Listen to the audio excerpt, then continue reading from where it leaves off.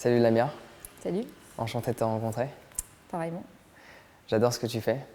Je trouve que tu participes à un grand changement depuis longtemps. Est-ce que tu veux te présenter? Parce que je pars toujours sur le principe de ne pas présenter les gens que j'interviewe, étant donné que la meilleure personne qui te connaît, c'est toi-même. Donc est-ce que tu peux nous en dire un petit peu sur qui tu es? Donc, je m'appelle Lamia Essemlali, je suis présidente et fondatrice de Sea Shepherd France et co-directrice de Sea Shepherd Global. Donc, je suis née et j'ai grandi en banlieue parisienne, mais j'ai découvert l'océan au Maroc, où sont mes origines.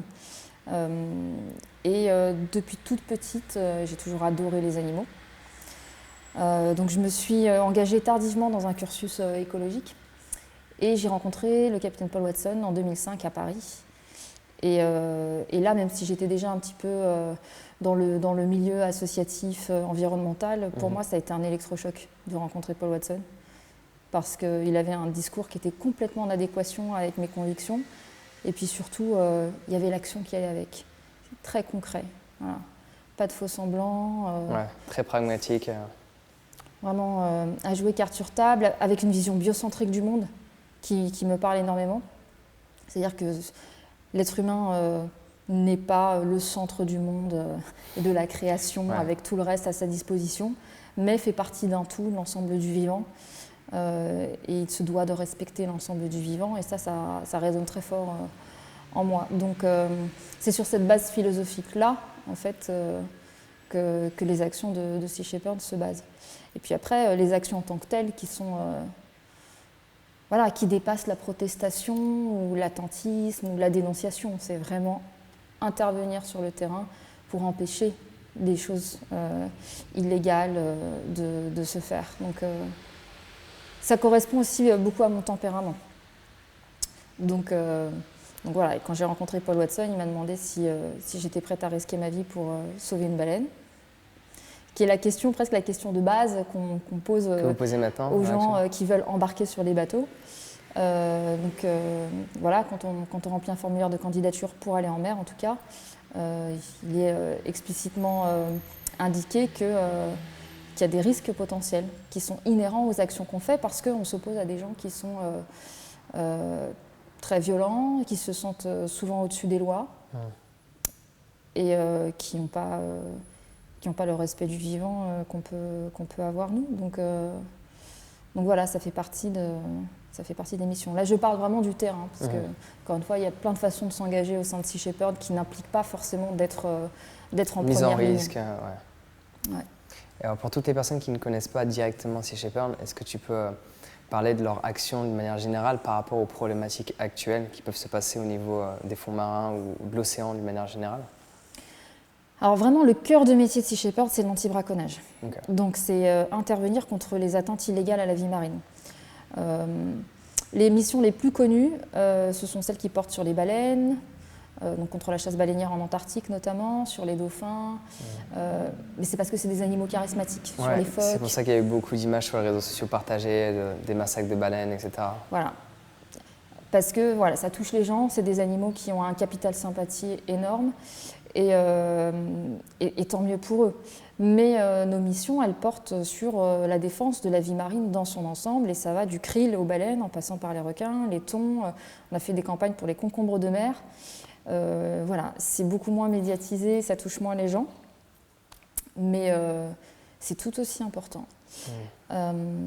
Donc voilà, le modus operandi vraiment, c'est d'intervenir contre les actions illégales, empêcher ces actions illégales. Quand c'est possible, et c'est de plus en plus le cas, travailler avec les gouvernements pour avoir en fait des gardes-côtes à bord de nos bateaux, des gardes-côtes qui sont armés et qui sont assermentés pour faire des arrestations. Donc ça c'est bien, et du coup on passe un peu du pirate au corsaire. Mais ça, comment vous faites pour le mettre en place quand c'est sur des terres internationales, enfin des eaux internationales, ou parfois même, d'après ce que j'ai pu comprendre, c'est qu'il y a certaines eaux, on ne sait pas à qui elles appartiennent. Même si pour moi elles appartiennent à personne, mais il y a quand même des droits. Il y a le problème de la haute mer, effectivement, il n'y a pas de juridiction. Et donc c'est en quelque sorte une zone de non-droit. Et ça c'est un problème. Mais les eaux territoriales, en fait, l'essentiel de la vie marine se trouve dans les zones côtières, donc dans les eaux territoriales. Ce qui est intéressant, c'est quand on a affaire à des gouvernements qui réalisent que c'est important de protéger la vie marine et ce qu'ils considèrent souvent comme leur ressource, même si moi j'aime pas du tout ce terme-là. Ouais, parce qu'il y a cette notion de possession. Complète, bah oui. Et qui du coup font appel à nous parce que il y a une volonté politique qui se crée de protéger ça et en même temps il n'y a pas forcément les moyens maritimes pour le faire. Donc c'est ça qui est intéressant parce que du coup on développe des partenariats où on envoie des bateaux avec des équipages, eux mettent des gardes armés sur nos bateaux et du coup cette alliance elle est hyper productive parce que ça permet de patrouiller sur des zones qui n'ont jamais été patrouillées auparavant et de procéder aux arrestations. Et par exemple au Gabon, on a arrêté contrôlé un thonier français. En l'occurrence, il était dans les clous, mais il nous expliquait que ça faisait 20 ans qu'il pêchait au Gabon et qu'il n'avait jamais été contrôlé. Parce que le Gabon n'a pas les moyens maritimes d'aller sur les zones de pêche au thon. Donc en gros, tu ne surveilles rien. Et en même temps, il faut imaginer que pour beaucoup de bateaux, l'océan, c'est un supermarché à ciel ouvert, sans surveillance. Ouais. Donc, c'est pas comme là sur la route où il y a des filles qui tournent, il y a personne sur... Alors non seulement il y a très peu de contrôle, mais en plus il y a très peu de sanctions et les sanctions sont loin d'être dissuasives. C'est-à-dire que souvent un braconnier, en fait, il a beaucoup plus à gagner à braconner, quitte à ce qu'il se fasse gauler, c'est pas grave, parce que de toute façon les amendes elles sont dérisoires par rapport à ce qui se fait en braconnant. Et à la limite 2 jours de braconnage, ça lui rembourse son amende. Donc c'est quoi qu'il faut mettre en place pour justement qu'ils arrêtent le braconnage? Déjà, il faut que les gouvernements prennent au sérieux la défense de l'océan. En fait, les gouvernements sont, ne sont pas propriétaires de l'océan. Ils sont garants de sa protection et pour beaucoup, ils ne font pas le job. Et la France, c'est un très bon exemple à ce niveau-là. Ouais, ça je voulais en parler justement. On est vraiment super mauvais. Et c'est d'autant plus grave qu'on est la 2e surface maritime au monde après les États-Unis. Okay. On est le seul pays à être présent sur tous les océans de la planète. Et en fait, à la protection du milieu marin, on est à la rue, complet, vraiment. C'est très frustrant. Mais du coup, c'est-à-dire que pour Sea Shepherd France, on a un énorme défi à relever et en même temps, la tâche est énorme, mais c'est stimulant parce qu'il y a beaucoup de choses à faire, il y a beaucoup de choses à sauver et en même temps, on est dans une course contre la montre. Et on essaye d'alerter l'opinion sur ce qui se passe parce qu'en fait, tout ça, c'est très opaque, les gens ne savent pas. Ouais, parce qu'ils ne peuvent pas directement le voir, étant donné que c'est loin. Moi, c'est comme ça que je le perçois. C'est pour ça que je pense que les gens aussi sont moins touchés par le mal-être, si on peut appeler ça comme ça, les dégâts, on va dire, des animaux marins, parce que c'est pas vraiment tangible, ils ne le voient pas, ça fait jamais partie de leur quotidien. Les images, il y en a certaines qui sont partagées, comme tu as pu l'exprimer par rapport aux baleines ou aux dauphins, où les gens sont plus empathiques par rapport à ça, mais c'est aussi un animal qui, alors certains peut-être font du bruit, mais en grande partie, ils ne s'expriment pas. Les poissons, typiquement. Les poissons, enfin, le problème avec les poissons, c'est qu'ils sont à peine considérés comme des animaux, en fait. Ouais. Tu vois, quand on parle des poissons, on parle en tonnes. Voilà, on fait des quotas de 13 000 tonnes de thon rouge. Tu vois, ça ne viendrait pas à l'esprit de parler de tonnes d'éléphants ou de tonnes de chiens, tu vois. Ouais. On individualise. Là, pour les poissons, c'est vraiment de la marchandise. Et c'est pour ça qu'on en tue des milliers de milliards dans des conditions atroces en relative bonne conscience. Donc du coup, est-ce que tu peux nous parler un petit peu de l'industrie du thon? Parce qu'il y a eu beaucoup d'histoires par rapport à ça, étant donné que c'est pêché en masse, si je ne me trompe pas, à travers des filets et tout ça. Est-ce que c'est toujours quelque chose qui est d'actualité? Oui, on parle beaucoup du thon. Il y a un gros problème sur le thon qui est très largement surpêché. Mais en fait, c'est le cas aussi du bar, du cabillaud, de la sole. En fait, beaucoup de poissons qui sont très familiers. Tu vois, les boîtes de thon, c'est un truc qui est complètement normal, que tu trouves en supermarché. Tu réfléchis même pas, en fait. Et le problème, c'est que d'une part, ils sont surpêchés. Et d'autre part, la façon dont on établit les quotas ne prend pas du tout en compte le reste de la vie marine. C'est-à-dire ces poissons en question sont aussi la nourriture essentielle des prédateurs marins. Donc en fait, on affame les dauphins, on affame les requins, parce qu'on prend tout, en fait. Et le thon, c'est un exemple parmi d'autres qui a été médiatisé notamment à cause du thon rouge, parce que pour le thon rouge, on atteint une situation qui est complètement délirante, où une femelle thon rouge peut se vendre, la dernière, la plus chère, elle s'est vendue à 2 millions de dollars. Donc c'est complètement dingue. Mais ce qu'il faut comprendre, c'est qu'on a la même problématique avec plein d'autres espèces qui sont très familières dans notre quotidien. Et le problème, c'est que les gens ne se posent pas la question. C'est-à-dire qu'en fait, quand on mange du poisson, c'est comme si on mangeait une pomme qu'on accueille dans un arbre. Et pourtant, ce n'est pas du tout ça. En fait, la pêche, c'est de la chasse. C'est de la chasse. Et on chasse dans des proportions qui sont intenables et impensables si on faisait l'équivalent à terre. Et alors souvent, parce qu'on nous dit, mais alors qu'est-ce qu'on peut faire pour aider l'océan, etc.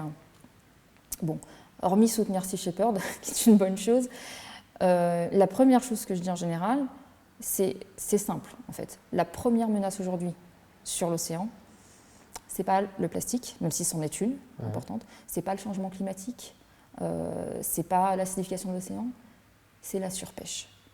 Voilà. La pêche, c'est la première menace qui pèse sur l'océan. C'est la première cause de disparition des mammifères marins. Donc ça, la bonne nouvelle, c'est que chaque individu peut avoir un impact là-dessus. C'est très simple, en fait. De toute façon, il y a une équation qui est insoluble.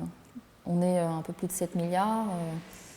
En fait, si tu prends les recommandations de l'OMS, donc l'Organisation mondiale de la santé, qui dit que, en fait, dans l'idéal, il faudrait consommer 2 portions de poisson par semaine. Okay. Donc, je dis, ok. Tu appliques ça à l'ensemble de l'humanité, parce qu'a priori, essayons d'être équitable, hein, mais tu atteins le double de ce que l'océan peut fournir en poisson. Ouais, donc déjà, ça, c'est trop. Ouais.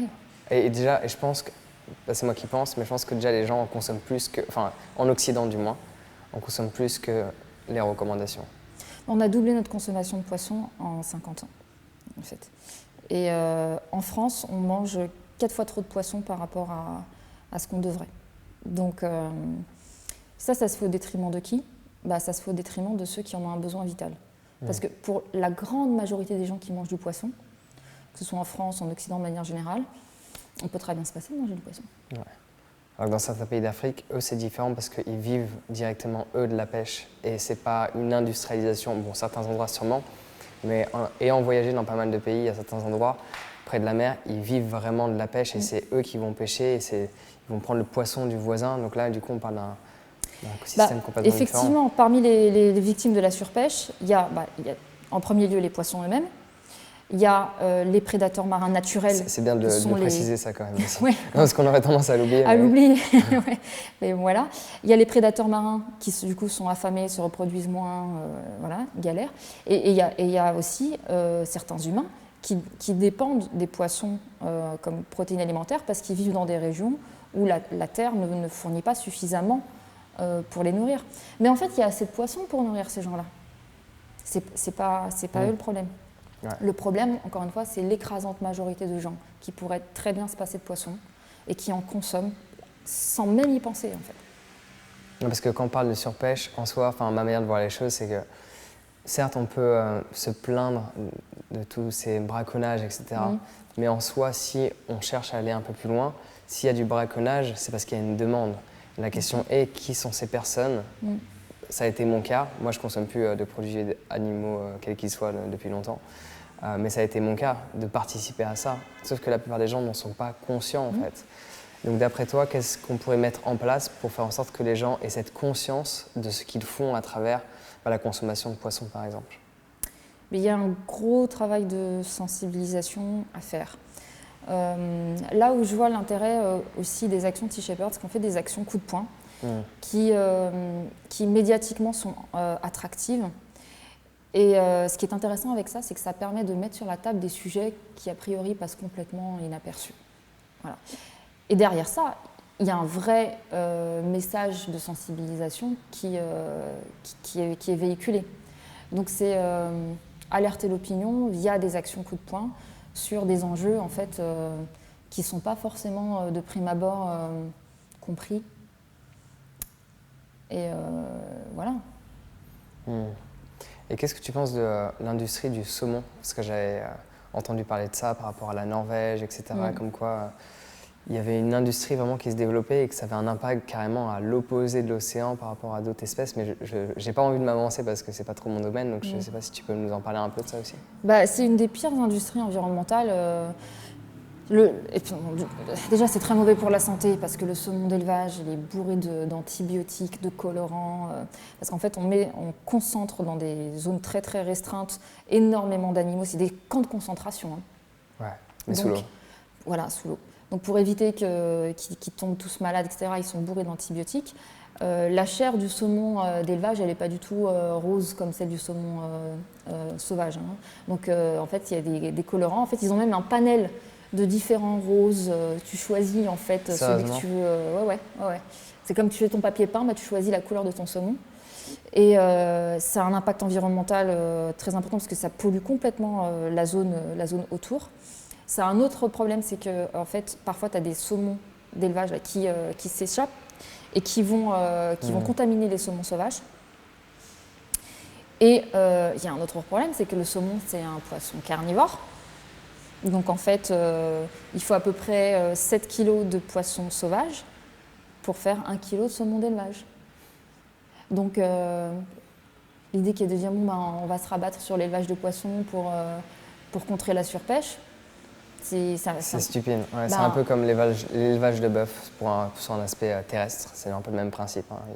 Sauf que là, du coup, on ne parle pas de quelque chose de carnivore, on parle de ressources en blé ou en soja ou autre. En eau. Oui, et tout le travail. Ouais, mais c'est le même principe. C'est utiliser les ressources primaires que l'on pourrait avoir nous directement, prendre 8 fois ça ou je ne sais pas combien de fois et le donner pour juste avoir un plaisir culinaire qu'on pourrait y retrouver dans tous les cas sans ça en plus. Bien sûr. Et là, à l'heure actuelle, c'est quoi les actions de Sea Shepherd à l'heure actuelle, dans l'ensemble, s'il y a... Alors là, à l'instant T, on est en pleine mission à Mayotte, donc c'est un département français, plus jeune département français, qui est le 3e plus grand lagon du monde et dans lequel ça braconne à tout va. Et nous, on fait des patrouilles contre le braconnage des tortues qui sont tuées sur les plages quand elles viennent pondre. Donc, et pourquoi elles sont tuées sur les plages ? Parce qu'il y a un marché noir sur la viande de tortue. Donc les tortues sont des espèces menacées et protégées, strictement protégées, mais il y a du braconnage parce qu'encore une fois, il y a très peu de contrôle. Et voilà, donc les gens tuent les tortues soit pour les revendre sur le marché noir, soit pour se faire des barbecues le dimanche. C'est pas du tout une question de subsistance, hein, parce que parfois on dit non, mais c'est des gens qui... Non. La viande de tortue, c'est une sorte de delicacy, tu vois. Ils avaient l'habitude d'en tuer, c'est traditionnel en fait. Voilà. Donc il y a ça. On prépare la prochaine opération Dolphin Bycatch qui va commencer cet hiver. Donc Dolphin Bycatch, ça veut dire capture de dauphins dans le golfe de Gascogne. Parce qu'en fait, on tue à peu près en moyenne 6000 dauphins chaque année sur la façade atlantique française uniquement. Pour les raisons que j'invoquais tout à l'heure, c'est les méthodes de pêche, de surpêche. Et ça m'amène en fait au problème vraiment de base. Pourquoi est-ce qu'on tue autant de dauphins et autant d'animaux ? C'est parce qu'en fait, on autorise des méthodes de pêche qui ne sont pas sélectives, qui d'une part vont prendre trop de poissons, mais qui en plus vont tuer énormément d'espèces qui ne sont pas ciblées. Et là, typiquement, tu vois, il y a quelques semaines, on a fait un post sur un requin-renard qui a été vendu en promotion à l'Intermarché d'Argelès-sur-Mer. C'est légal, ça ? Alors, c'est là que c'est intéressant, c'est qu'en fait, le requin-renard est une espèce protégée, interdite de pêche. D'accord ? Donc tu peux te dire, qu'est-ce qu'il fout sur un étal d'une poissonnerie ? En fait, le problème, c'est que même s'il est protégé, interdit de pêche, les méthodes de pêche qui ne sont pas sélectives, donc les filets, sont autorisées sur les zones de répartition du requin-renard. Bon, à partir du moment où tu fais ça, tu sais que tu vas capturer du requin-renard. Et une fois qu'il est capturé, la loi t'autorise à le revendre. Capture accidentelle, donc on ne va pas gâcher. Capture accidentelle, c'est comme ça qu'ils appellent ça ? Ouais. Mais pour les dauphins, c'est pareil. C'est exactement la même chose. C'est-à-dire qu'on dit que c'est une capture accidentelle. On va sur les zones de vie des dauphins. On sait qu'il y a une population dans le golfe de Gascogne de 180 000 dauphins. On y va avec... on n'arrive même pas à savoir, même les scientifiques n'arrivent pas à savoir combien il y a de bateaux de pêche dans le golfe de Gascogne. Quand tu regardes sur l'AIS, donc c'est Marine Traffic, tu regardes les points des bateaux de pêche, il y en a partout, des centaines. Et chaque bateau de pêche a le droit de poser jusqu'à 100 km de filet par jour. 100 km de filet par jour. C'est un terrain miné, en fait. Et là, donc, tu as des dauphins qui sont espèces protégées, etc., mais tu lâches les fauves, quoi. Tu lâches les filets partout. Et donc, forcément, tu captures les dauphins. Et la seule différence entre les dauphins et les requins-renards, c'est que les requins-renards, tu as le droit de les revendre une fois que tu les as pêchés, sachant qu'on ne peut pas savoir, en fait. Hein. Tu dis que tu l'as capturé accidentellement, mais on en sait rien. Il n'y a aucun moyen de prouver que... Bref. Et la différence, donc, c'est que les dauphins, tu n'as pas le droit. Parce que forcément, avoir flipper sur l'étal d'une poissonnerie, ça ne passerait pas du tout au niveau de l'opinion publique. Donc, on les rebalance à la mer. C'est la seule différence. Et c'est là qu'il est le problème. C'est qu'une espèce protégée, pour qu'elle soit protégée, pour que ça veuille dire quelque chose, ça veut dire interdire toute méthode de pêche non sélective sur son aire de répartition. Voilà. On sait qu'il y a une population de dauphins ici, on sait que dans ce coin-là, il y a des requins qui sont protégés. Pêche au filet interdite. Sinon, ça ne veut absolument rien dire. Mais dans ce cas-là, ça veut dire que tu mets un énorme coup de pied dans la fourmilière, hein, parce que tu as à peu près 89% des poissons qui sont vendus en France. Sur les étals, il y a les supermarchés, mais même les petites poissonneries, hein, qui sont issues d'une pêche non durable et donc non sélective. Donc t'imagines, tu élimines 90% de la pêche. Voilà. Le truc que j'essaie de réfléchir par rapport à ça, c'est que pour faire en sorte, je pense que le gouvernement y mette vraiment du sien, il faudrait qu'il s'y retrouve économiquement. Donc je ne sais pas comment détourner la chose, parce que je pense que le gouvernement, il pense comme ça. En fait, la pêche, à l'heure actuelle, est absolument pas viable économiquement. Okay. Si elle se maintient, c'est parce qu'elle est sous perfusion de subventions publiques. Ah, il y a des subventions par rapport à la pêche ? Mais au niveau européen, c'est des milliards d'euros. C'est démentiel. En fait, c'est l'argent public, c'est l'argent de nos impôts qui financent tous ces bateaux qui sont en surcapacité totale par rapport à ce que l'océan est capable de fournir. Donc c'est maintenu artificiellement. Ce qu'il faudrait, c'est que cet argent-là, il soit utilisé plutôt pour aider les pêcheurs concernés à sortir de ce secteur et à se reconvertir. Ouais, entièrement d'accord. Donc pour simplifier, la meilleure action que nous, on peut mettre en place, c'est de limiter en premier lieu, voire même d'arrêter notre consommation de poissons. En fait, c'est une question simple. Quand vous avez un poisson dans votre assiette, est-ce que j'ai un besoin vital de manger ce poisson ? Non. Laisse-le dans l'océan. Ça, c'est le plus grand service que tu puisses rendre à l'océan. Ouais, et aux dauphins, et aux populations humaines qui en ont vraiment besoin. Et à soi aussi, hein, parce que maintenant on retrouve même des capotes usagées dans les poissons. Je ne sais pas si tu as vu ça dernièrement. Ouais, j'ai vu ça. Voilà, c'est pas très appétissant. Donc du coup, ici on parlait un peu du plastique. Est-ce qu'il y a une évolution par rapport au plastique dans les océans ou c'est toujours autant catastrophique ? Non, il y a une évolution vers le pire, en fait. Ouais, ça continue à augmenter. Malgré le fait qu'on en parle de plus en plus et qu'il y a... Alors, il y a un truc, c'est qu'en fait, on en parle de plus en plus. Bon, on parle de faire interdire les pailles, etc. Très bien, pourquoi pas. Ouais, mais alors ça, je trouve que c'est une petite parenthèse, je trouve que c'est un peu stupide. Enfin, c'est beau, mais pourquoi attendre ? Genre, il faut attendre l'année prochaine ou je sais plus quand, mais... Et en attendant, ils écoulent leur stock de paille. Exactement. C'est stupide. Mais c'est l'argument qu'on nous donnait avec le glyphosate et compagnie, hein, c'est pour gagner du temps. Il y en a qui s'y sont déjà mis, hein, je vois de plus en plus dans les cafés, tout ça, ils se mettent à la paille en papier ou je sais pas quoi. Ouais, mais la France est en retard. Bah, vivant la moitié de l'année à Bali, ou alors le temps que j'ai passé en Australie ou en Californie, depuis longtemps, en grande partie, je parle des restaurants dits organiques ou véganes ou végétariens, il n'y a pas de paille en plastique. Et la France, c'est triste à dire, j'aimerais bien dire autre chose, mais elle est vachement en retard sur cet aspect de paille, par exemple. Mais de toute façon, on est très en retard sur plein de choses, hein, au niveau environnemental, et surtout l'océan. Mais en fait, le truc, c'est que la plus grande source de plastique dans l'océan, c'est pas notre consommation perso. Même si nous, il faut qu'on arrête le plastique à usage unique, ça c'est une aberration. Mais c'est pas ça, en fait. La plus grande source de plastique dans l'océan, c'est les engins de pêche, c'est les restes de filets. Très loin devant, les pailles et les objets du quotidien.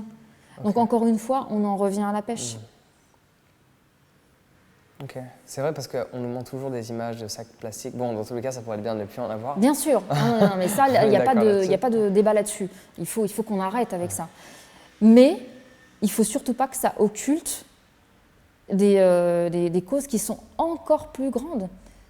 Tu vois, et en fait, encore une fois, ce qu'on appelle les filets fantômes, les engins de pêche fantômes, ce sont donc des engins de pêche qui sont perdus en mer ou abandonnés, hein, parfois balancés par des pêcheurs peu scrupuleux.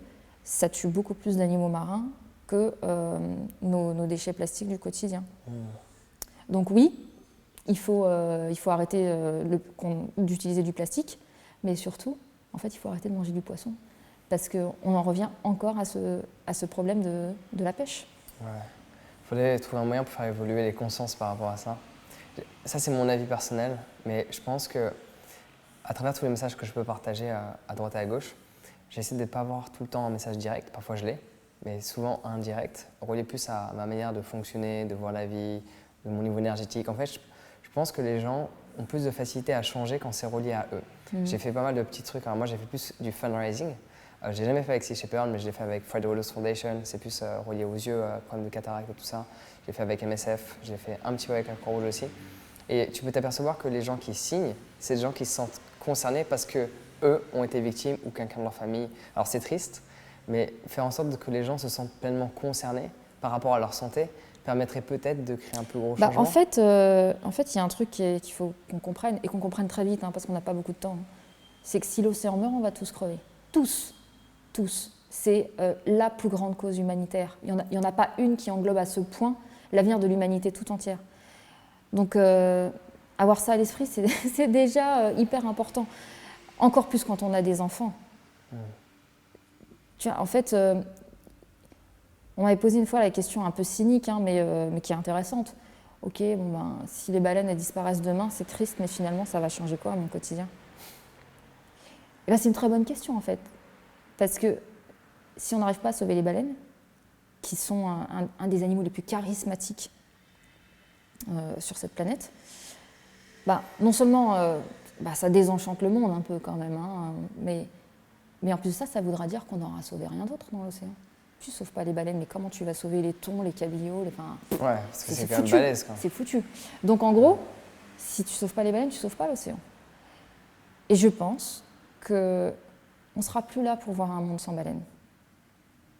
Un monde sans baleines, c'est un océan mort. Ouais, ça fait partie d'un écosystème. Donc c'est ça qu'on ne comprend pas. Et c'est cette vision complètement déconnectée du réel, complètement auto-centrée, c'est-à-dire c'est nous, moi, qui fait qu'on s'est complètement extrait du monde naturel, qu'on est devenu tellement ignorant sur des questions vitales. C'est ça qui fait qu'on ne va peut-être pas s'en sortir, en fait. Donc, à la limite, si tu t'en fous des baleines ou des thons, fais-le pour toi, quoi. Fais-le pour tes enfants. Bon, moi, c'est une vision que je trouve un peu triste, parce que très utilitariste. Mais j'ai envie de dire, la situation elle est tellement urgente, peu importe pourquoi tu le fais. Mais fais-le. Je suis d'accord avec ça. C'est plus beau quand les gens ils le font parce qu'ils prennent conscience qu'ils tuent des vies, ils n'ont pas besoin de les tuer pour pouvoir vivre. Mais s'ils peuvent le faire pour eux, pour être en meilleure santé et arrêter de consommer tous ces produits, pourquoi pas, on arrive à la même finalité dans tous les cas. C'est comme quand on me dit oui, non mais bon, il est devenu végétarien ou vegan parce que pour sa santé, mais c'est que pour sa santé, donc c'est égoïste. Mais en fait, la vache que tu ne bouffes pas, elle s'en fout que tu ne la bouffes pas parce que tu penses à ta santé ou parce que tu penses à elle. En fait, c'est juste tu la bouffes pas. Donc c'est mieux quand c'est altruiste. Et en plus, je pense que c'est même mieux pour toi parce que ça fait du bien quand même de se sentir que tu fais du bien dans ce monde. C'est en ça que je dis que tu vois, j'ai pas du tout le sentiment d'être une sacrifiée quand je pars en mission c'est difficile, c'est physique, t'es loin de ta famille, t'es loin de tes amis, tu vois, mais tu reçois tellement, tu vois. Et donc je pense que quand tu fais les choses parce que t'es animé par, c'est peut-être un peu cucu, mais par l'amour en fait, tu vois, l'amour du vivant. Je pense que tu en retires encore plus finalement. En étant désintéressé, tu gagnes encore plus. Et ce serait quoi, du coup, le quotidien d'une activiste, si on peut utiliser ce terme-là, dans les océans? Ce serait quoi ton quotidien quand tu es en mer? Alors en mer. En mer, pour commencer. En mer, ça dépend beaucoup des missions en fait, parce que les stratégies elles sont très différentes en fonction des enjeux. Tu vois, par exemple, Sur des campagnes comme à Mayotte, c'est des patrouilles toutes les nuits sur la plage. Sur une campagne comme Dolphin Bycatch dans le golfe de Gascogne, ça va être de la patrouille en mer pour trouver les bateaux de pêche et être sur place quand ils relèvent les filets. Sur des massacres de dauphins aux îles Féroé, c'était sortir les bateaux pour sortir les dauphins avant que les Féringiens les trouvent. Sur le thon rouge, c'était trouver les bateaux de pêche qui avaient braconné des thons rouges et couper les filets pour libérer les thons. En fait, il y a autant de stratégies qu'il n'y a de missions et les missions ne se ressemblent pas du tout. Mais c'est ça qui est repérer et les empêcher de récupérer les poissons et quand ils les récupèrent, sinon de les relâcher. Comment ça se passe? Non, en fait, parce que sur la question du thon rouge, c'est particulier dans le sens où ce qui fait le plus gros du business, c'est pas la pêche directe. Il y en a, hein, mais c'est les fermes d'engraissement. C'est-à-dire qu'ils vont capturer des thons dans des cages qui sont énormes et ils vont les tracter à très faible vitesse vers des fermes d'engraissement où ils vont les engraisser pendant des mois. Et au bout de plusieurs mois, ils tuent les thons un à un et ils les exportent vers le Japon. Donc là... Arrêtez d'aller au japonais. Comment? Il faut arrêter d'aller au japonais. Les japonais, oui, entre ça et les massacres de dauphins, c'est vrai que la chasse baleinière, non, c'est pas des amis de l'océan malheureusement.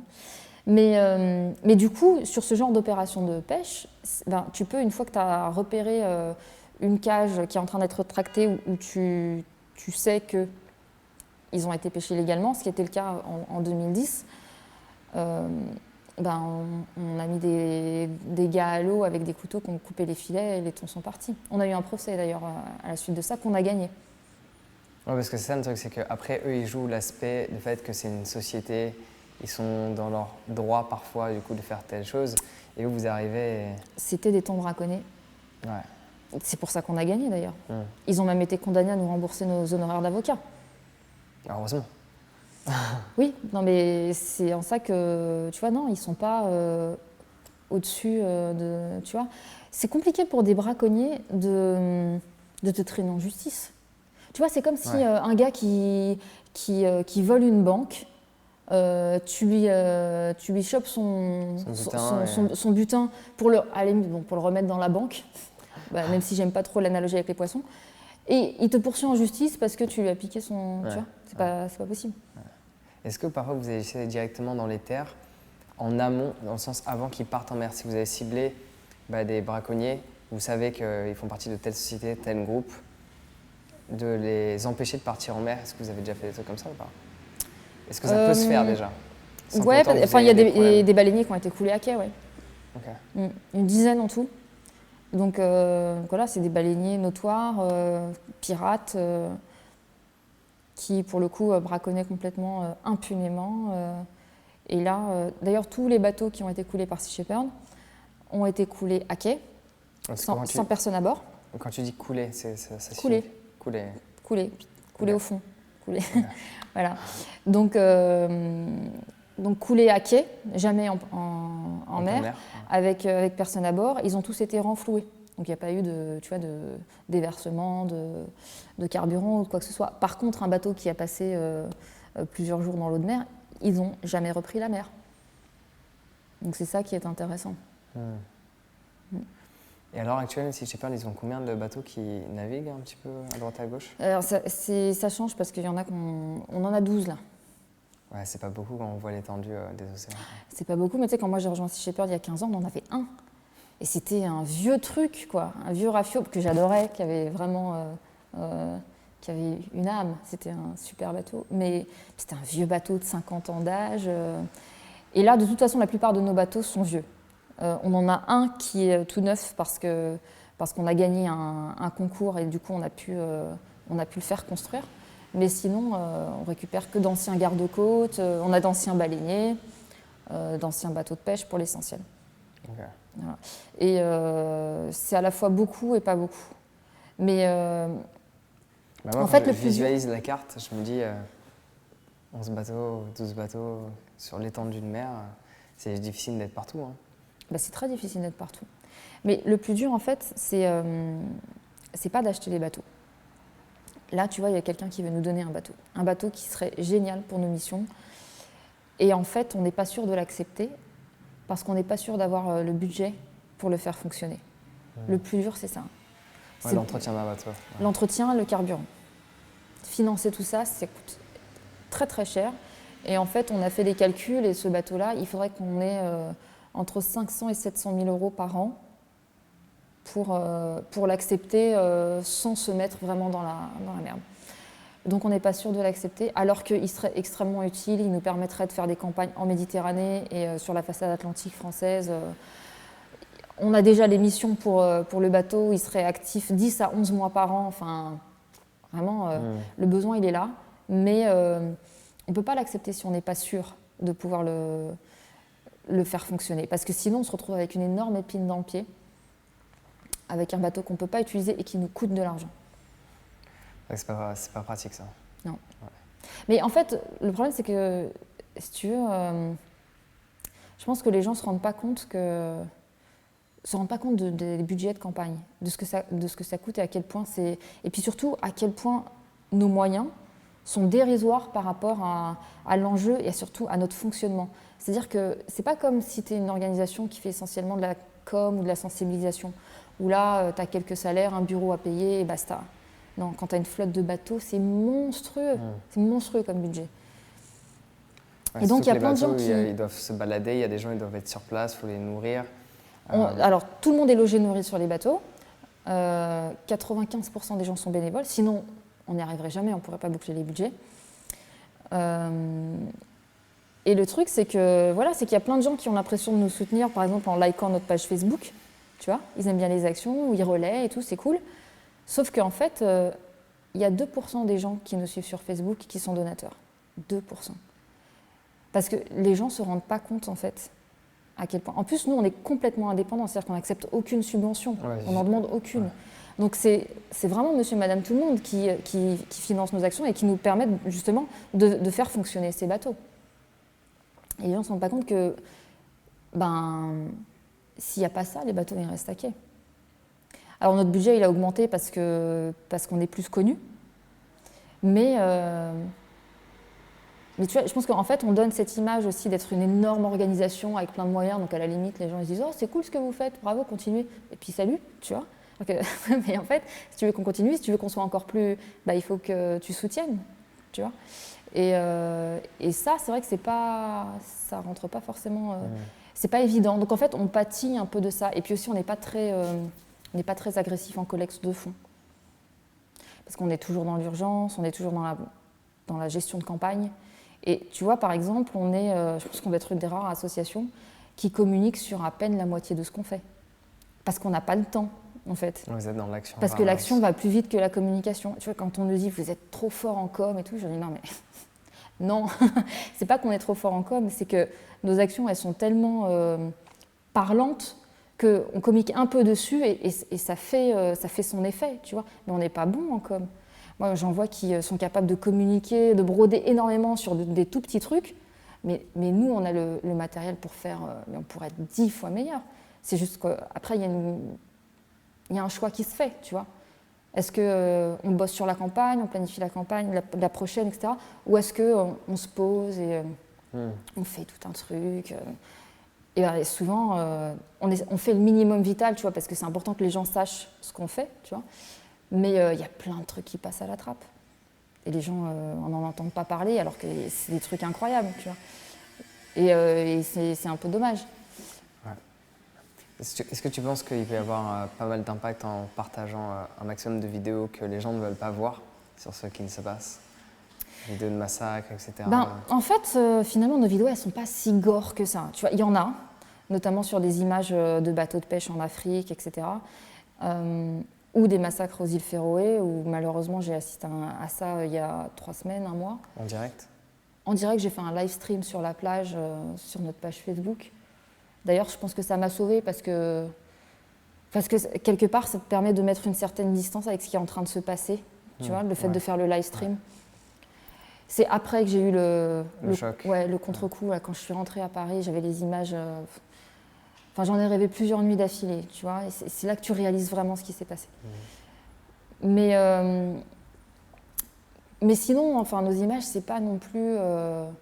que de la boucherie, parce que c'est surtout c'est de l'action.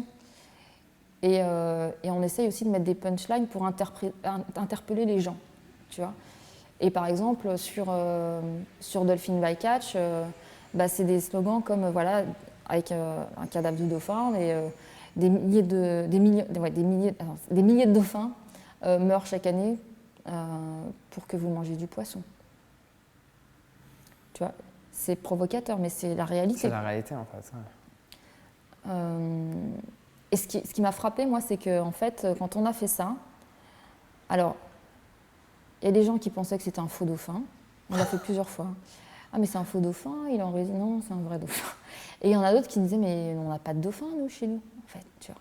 Et là, tu te dis, c'est dramatique parce que en mer, on les voit, ils sont là tous les jours, enfin, avec leurs petits. C'est magnifique, c'est magique, tu vois. Et les gens qui vivent sur la côte, là, ne savent même pas qu'ils sont là. Donc, en fait, ils se font exterminer dans l'indifférence générale, puisqu'on ne sait même pas qu'ils sont là.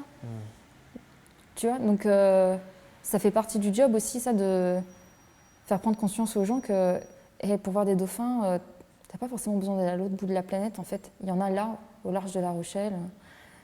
Tu vois, et ils sont là tous les jours. Ouais, il y a pas mal de choses à faire. Et qu'est-ce que tu penses de l'impact de la France à l'international? Est-ce qu'elle fait quelque chose à l'international, outre que par rapport à ses côtes, qui pourrait être Mais on est un boulet.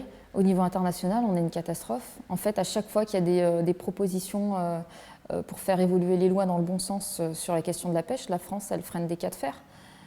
On est un des pires pays à ce niveau-là. Enfin, la France, elle protège énormément ses pêcheurs et surtout ses plus gros pêcheurs. On a le même problème, en fait, il y a le même parallèle avec l'agriculture. Ouais. C'est les plus gros qui chopent toutes les subventions, c'est eux qui sont protégés. Et donc, en fait, tu as une poignée de privilégiés qui se taillent la part du lion sur fonds publics, hein, et qui, en fait, sont subventionnés pour détruire le monde. C'est quand même dingue. Et la France, vraiment... non, on est... Ce qui est très énervant aussi, c'est qu'on est en même temps très donneur de leçons. Donc, il y a notre ancien ministre de Rugy qui, sur la question des dauphins, justement, disait qu'il voulait promouvoir la vision française au niveau européen et international en matière de protection des cétacés. J'ai envie de dire, mais ferme-la, quoi. C'est pas possible d'être à ce point arrogant. Il a arrêté, hein. À la fin, il disait plus ça. Il disait, bon, c'est vrai qu'on a des progrès à faire. Merci, quand même. Le minimum de décence, tu vois, c'est au moins de ne pas la ramener, quoi. Parce que... c'est comme si tu avais le cancre de la classe qui fout le bordel, qui a des notes de merde, qui s'intéresse à rien et qui, au contraire, empêche tout le monde de bosser, qui dit « Attends, je vais faire cours, c'est moi la maîtresse, je vais vous montrer comment on fait. » Tu vois, c'est exactement ça avec la France. C'est super énervant. Et tu as des aberrations comme, par exemple, parce qu'en Australie, par exemple, ce qu'ils font, ils mettent des caméras sur les ponts des bateaux. Comme ça, parce que justement, le problème, si tout ça, ça a lieu, c'est parce que ça se passe en mer. En plus, là, pour le coup, pour les dauphins, souvent, c'est de nuit, en hiver, en Atlantique, ni vu ni connu. Et donc, avoir des caméras sur les ponts des bateaux, comme ça, tu vois exactement ce qui est remonté. Et donc, tu identifies, tu dis, toi, là, tu fais un carnage. C'est stop, quoi. Et donc... En plus, c'est pas compliqué à mettre en place. Mais non, c'est une obligation de mettre des caméras sur les bateaux. Non, c'est une question de volonté. Le problème, c'est que les pêcheurs ne veulent pas en entendre parler. Ah oui. Comme il s'appelle, José Junot, qui est le patron des pêcheurs du Pays de la Loire, qui est une des zones particulièrement concernées, a dit que c'était une violation de leur vie privée. Violation de leur vie privée. Ça dépend qu'est-ce que ça filme. Si ça filme le pont, là où ils récoltent les poissons... En fait, ça en dit long sur la façon dont ils considèrent l'océan. C'est chez eux, tu vois. On ne met pas la caméra dans sa cabine, on s'en fout de ce qu'il fait dans sa bannette, tu vois. On ne la met pas chez lui, dans son salon. C'est comme si tu disais, en fait, on va mettre des caméras sur les routes pour voir ceux qui conduisent comme des malades, qui écrasent les gens, etc. Je dis non, mais c'est une violation de ma vie privée. Mais non, je suis désolée, mais l'océan n'est pas ton salon privé. Ouais. Et ce que tu captures ne t'appartient pas. Mais le problème, c'est qu'en fait, au niveau politique, mais on n'a pas envie de se fâcher avec ces pêcheurs-là. Donc, Ils Et ça refusent. a déjà été proposé ça en France? De mettre des Ah caméras? bah ça a été proposé. Regarde, on n'arrive même pas à leur imposer des observateurs. Observateurs donc embarqués. Aujourd'hui, pour Donc avoir des personnes qui viennent ouais, sur place? des personnes qui viennent sur le bateau et qui donc qui sont censées noter ce qu'ils voient. Ouais, comme un check par rapport au restaurant qui a tous les X temps, il y a un mec qui vient checker, voir si Oui, c'est des trucs sanitaires. sauf que là, en fait, la façon dont ça se passe, c'est que c'est à la discrétion du patron de pêche. C'est-à-dire que c'est lui qui il dit oui ou non. Dans 95% des cas, il dit non. Et quand il dit oui, c'est lui qui choisit le jour et la zone de pêche où tu vas venir. Ce qu'on appelle du foutage de gueule. Complet. Complet. Voilà.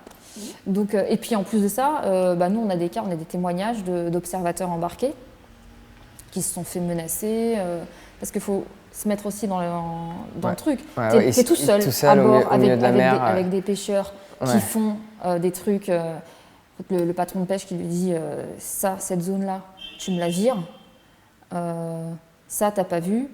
Qui l'enferme dans sa cabine au moment où il remonte les filets. Ou qui lui disent clairement un accident, c'est vite arrivé. Ouais, au milieu Ça, on a les gars qui témoignent là-dessus. Mais surtout au milieu de la mer, quoi. Enfin, en plus, va prouver. En fait, bon, je ne sais pas s'ils l'auraient fait, mais en tout cas, ils lui disent fais attention, un accident est vite arrivé. Tu vois, ce qui est bien avec la caméra, c'est que tu ne peux pas l'enfermer dans sa cabine, tu ne peux pas l'intimider. Tu vois, si tu mets un masque dessus, ça se voit, et donc c'est nickel. Et tu ne peux pas non plus la soudoyer ou lui dire je te file une petite enveloppe. Tu vois. Ça résout tous les problèmes. Ouais, donc solution 1, premièrement que les gens arrêtent de consommer tout ce qu'ils consomment dans leur quotidien, issu de la pêche principalement. Et 2, mettre des caméras, parce qu'il y aura forcément toujours, tout le monde ne va pas, avec un peu de logique, tout le monde ne va pas arrêter du jour au lendemain. Il y a peut-être des gens, via cette vidéo ou via d'autres vidéos, qui vont prendre conscience et se dire, bon allez, je fais le test. Pendant une semaine, je ne mange pas de poisson, je vois que je suis toujours en vie, allez, j'essaie encore un mois. Tout va bien, je me sens toujours plein d'énergie, bon allez, pourquoi pas continuer. Mais il y a quand même une grande partie qui vont continuer de consommer, et donc là je pense que du coup ça peut être bien de rajouter cet aspect des caméras, quoi.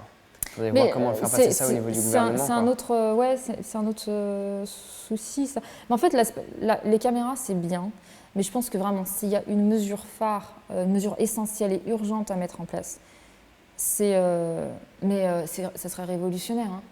Mais en même temps, c'est du bon sens. Ça devrait être le minimum vital. C'est de faire interdire les méthodes de pêche non sélectives sur les zones d'espèces protégées. Ça changerait la donne. Ça changerait la donne, mais ça se traduirait par, l'effondrement de 90% des poissons qui sont pêchés. Ouais, il y a des choses à revoir. S'il y a une personne qui se sent inspirée par rapport à tout ce que tu dis, qui se renseigne de son côté et qui aimerait bien tester, je ne sais pas si vous faites des missions à court terme, d'autres plus long terme, que ce soit 2 jours, 1 semaine, 1 mois. Il y a une personne qui a envie de se lancer, comment elle ferait pour justement vous rejoindre le mouvement? 2 jours, non. 2 jours, on ne fait pas sur 2 jours. Voilà, c'est juste. Mais alors déjà, on a des groupes locaux. On en a, je crois, à l'heure actuelle 12 ou 13. Donc rejoindre le groupe local le plus proche, c'est une bonne façon, une bonne entrée en matière. Après, il y a aussi des campagnes de terrain, effectivement.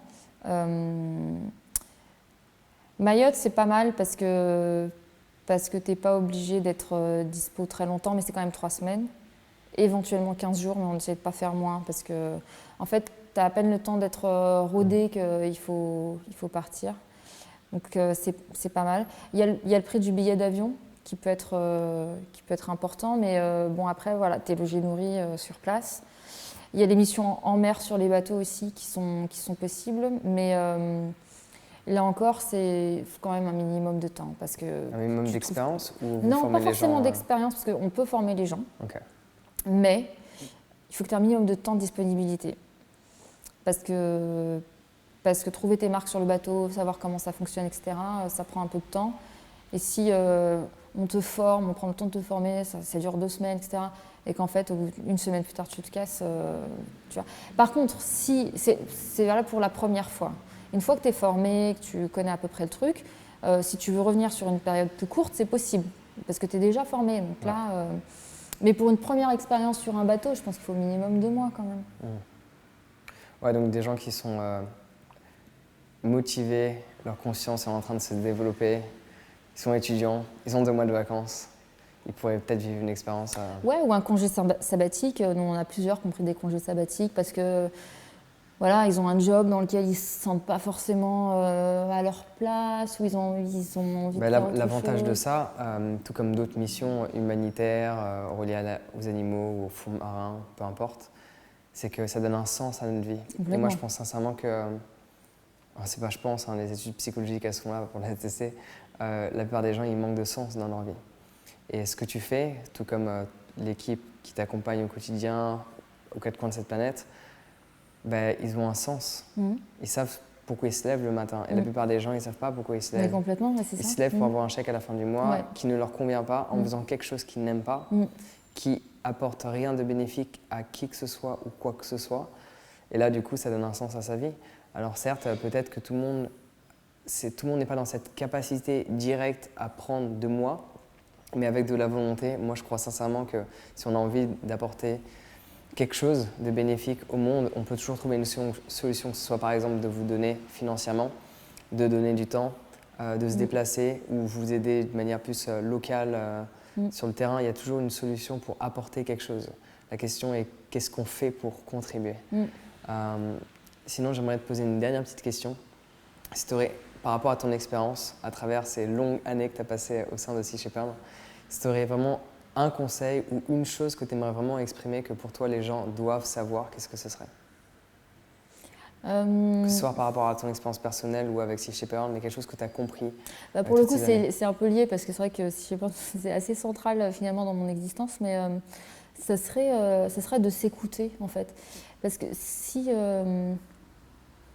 j'avais été raisonnable, entre guillemets, je pense que je ne serais pas du tout où j'en suis aujourd'hui. J'aurais pas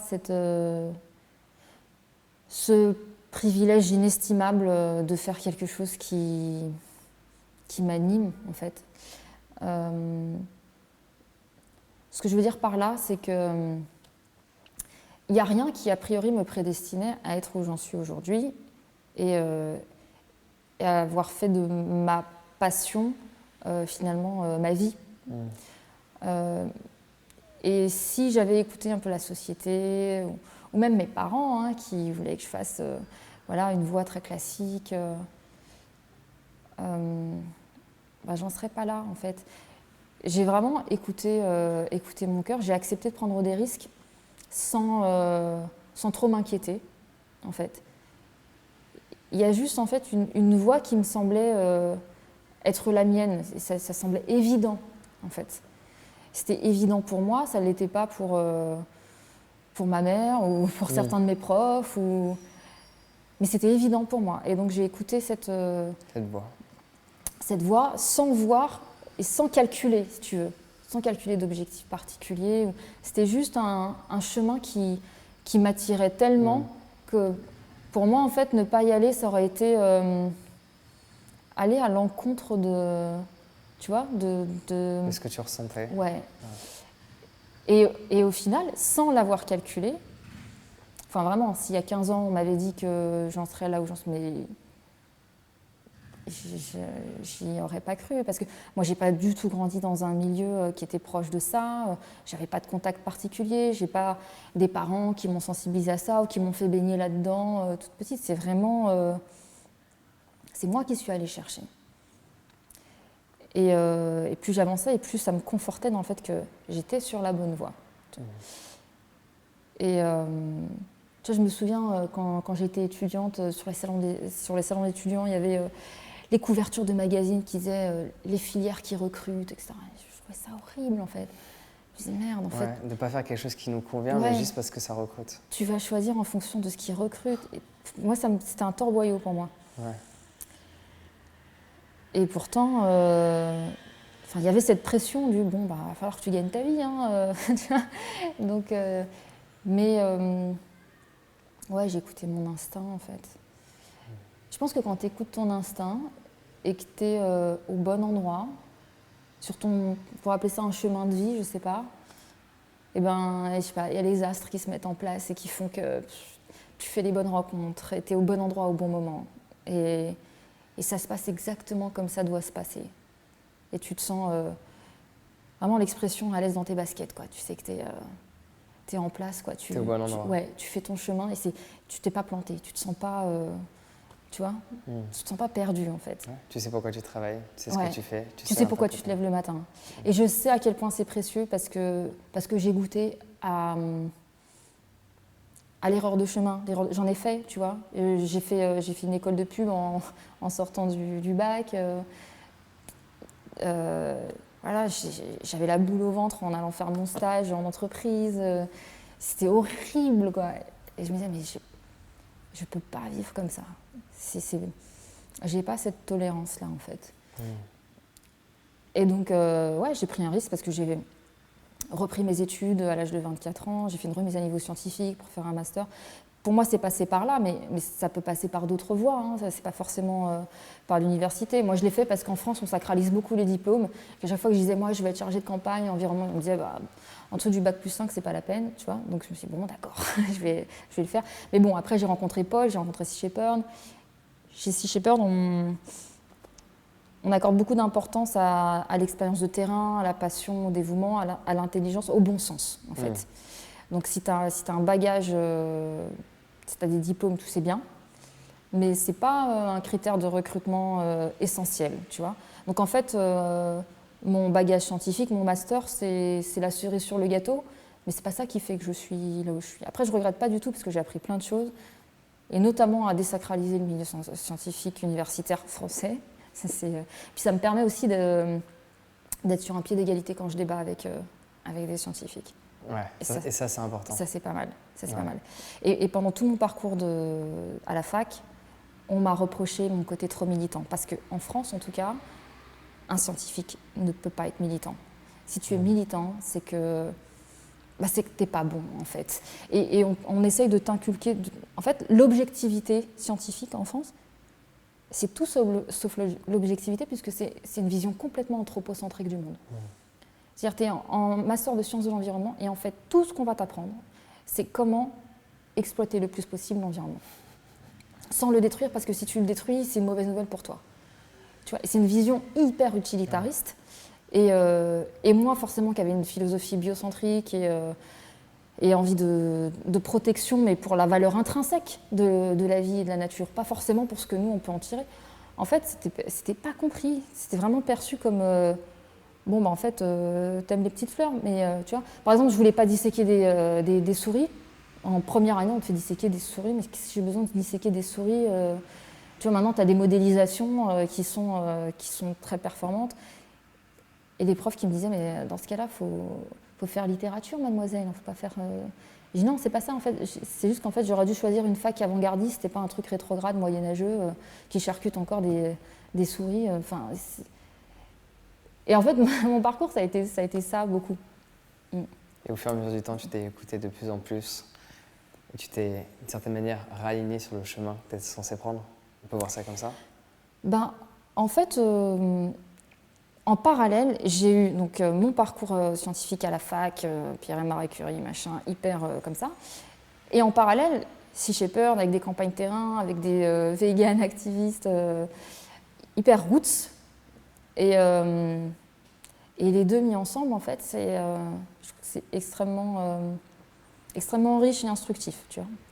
Ouais. Et les deux sont hyper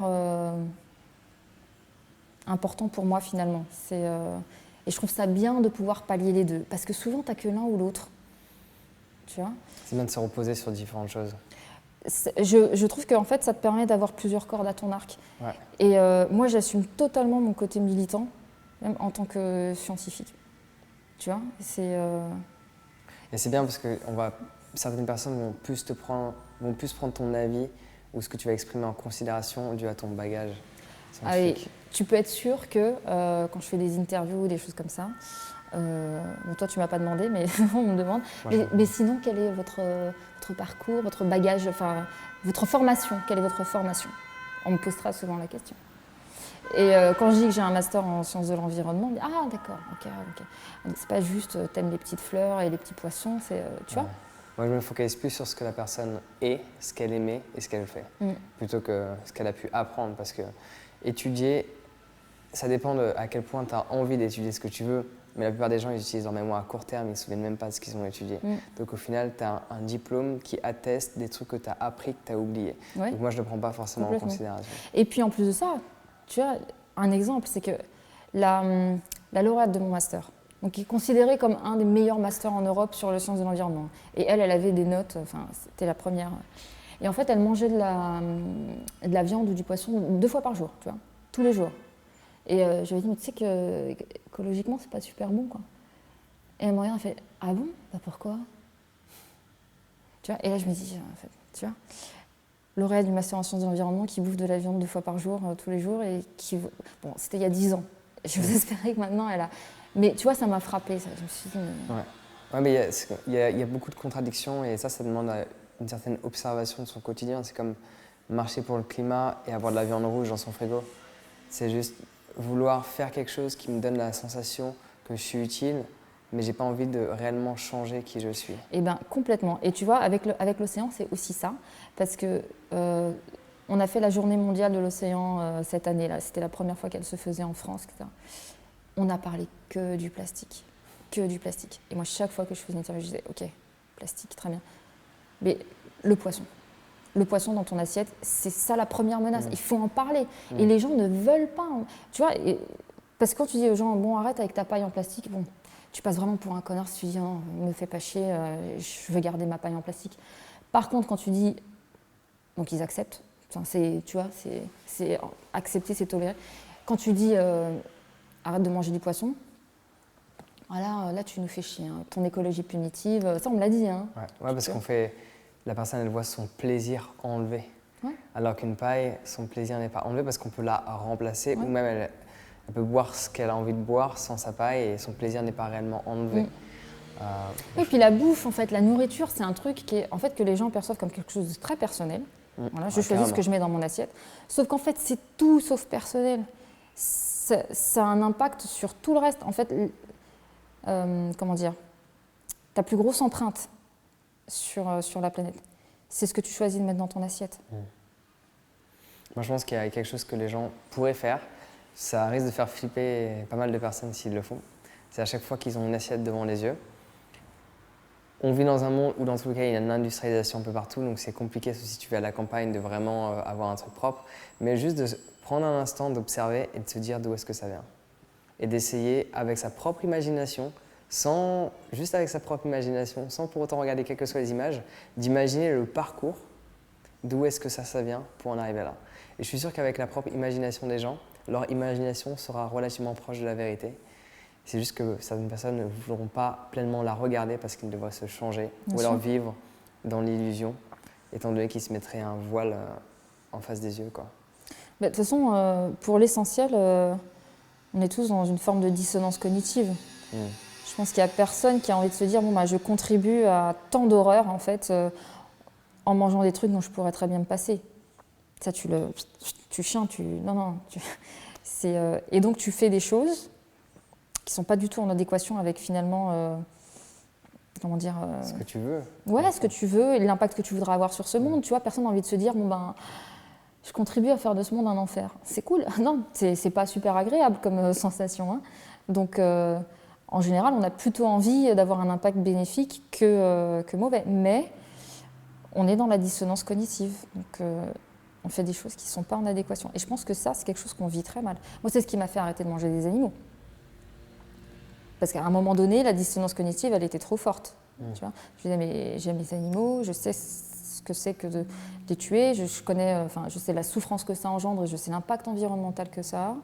Et je continue à manger en sachant ça, mais en fait… j'ai eu le sentiment d'être une imposteur, en fait, tu vois. Et à un moment donné, je pense que la dissonance cognitive, c'est comme un poison qui te ronge de l'intérieur, tu vois. Ça demande plus d'efforts, c'est pour ça. Moi, je pense que c'est relié à ça. Ça demande plus d'efforts d'arrêter soi-même de consommer plutôt que de dire aux gens de ne pas consommer, par exemple. En fait, ça ne marche pas de dire aux gens de ne pas consommer. Enfin, c'est pas… Le truc, c'est qu'il ne faut pas dire aux gens, il ne faut pas que tu consommes, tu vois. Et moi, je sais que ça ne marche pas parce que j'ai longtemps été dans la position de celle à qui on disait non, mais il faut que tu arrêtes, mais en mode… En fait, je pense que ce qui est intéressant, ce qui peut marcher, c'est de poser les questions, tu vois, faire un état des lieux. Et les questions, elles découlent de soi et les gens y répondent par eux-mêmes, en fait. Et encore mieux quand les gens viennent nous poser des questions. Bah, dans ce cas-là, c'est qu'ils ont déjà fait la moitié du chemin, tu vois. Ouais. Ils s'interrogent déjà. Donc, là, forcément, ils vont écouter ce que tu vas leur partager d'un aspect complètement différent. Il y a des études, alors pas avec le poisson, mais ça a été fait avec la viande, qu'ils ont pris des groupes d'individus qui consomment le repas classique, on va dire, un peu de légumes, un peu de poulet ou de viande, de bœuf, quoi que ce soit. Et ils ont dit à une partie des personnes de manger moins de viande. Ils ont dit à une autre partie de manger plus de légumes. Ils se sont aperçus qu'à ceux où on dit de manger plus de légumes, mangeaient automatiquement moins de viande que ceux auxquels on disait de manger moins de viande. Parce qu'en fait, du coup, ils rajoutent plus d'autres choses et ils ont moins faim pour manger ça. Donc il y a cet aspect-là aussi que... Ouais. Il y a pas mal de choses, c'est en train de changer. Moi, je crois vraiment que... Alors, ce serait irréaliste, selon moi, de dire que le changement, il roule sur des roulettes. Je ne sais pas si on peut dire ça. Mais je pense qu'il y a quelque chose qui est en train de se faire, notamment via ce que tu fais, via tous les partages qui peuvent se faire. Il y a de plus en plus de gens qui en prennent conscience, certes pas assez vite. Il y a quand même de plus en plus de gens qui en prennent conscience et moi j'ai envie de me focaliser. Ça c'est évident, il y a de plus en plus de gens qui en prennent conscience. Le problème à mon sens, ou la difficulté plutôt, c'est le gap qu'il peut y avoir entre la prise de conscience et le passage à l'action. Ça c'est énorme, et ça prend du temps. Et le temps c'est un luxe qu'on n'a pas.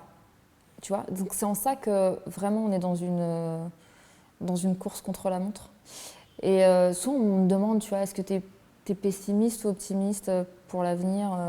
En fait, moi j'essaye de vraiment pas, je me pose pas cette question. Je suis ni optimiste, en me disant bon, je sens qu'on va y arriver, ça va le faire, non. Ni pessimiste parce que,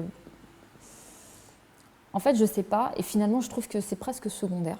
Ce qui importe, c'est de faire ce qui semble juste, en fait. Ce qui semble juste. C'est la place que tu vas avoir sur cette planète et c'est faire ce qui est à ta portée. Le reste, en fait, finalement, tu n'as pas d'emprise dessus.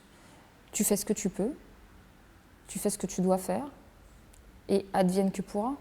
Mais quelle que soit l'issue, quel que soit le scénario, j'ai envie de pouvoir me regarder dans une glace et de me dire j'ai fait ce que j'ai pu. Tu vois ? Et du coup, ça m'extrait complètement de cette notion de pessimisme ou d'optimisme qui peuvent être tous les deux des prétextes à l'inaction. Tu vois ? Entièrement d'accord. Tu peux te dire, bon, bah, de toute façon, c'est foutu pour foutu. Ouais. Ou non, mais ça va, on va sauver le monde, vous inquiétez pas. La question, elle n'est pas là. La question, elle est de faire ce qui est juste. Entièrement d'accord. Ben, merci pour toutes ces belles paroles. J'espère que les gens vont se réveiller et agir. Je te remercie pour ta présence et le fait d'être venu. Et merci infiniment pour tout ce que tu fais en ton nom et au nom de l'association aussi chez Perle aussi. Merci pour ton invitation. Merci infiniment.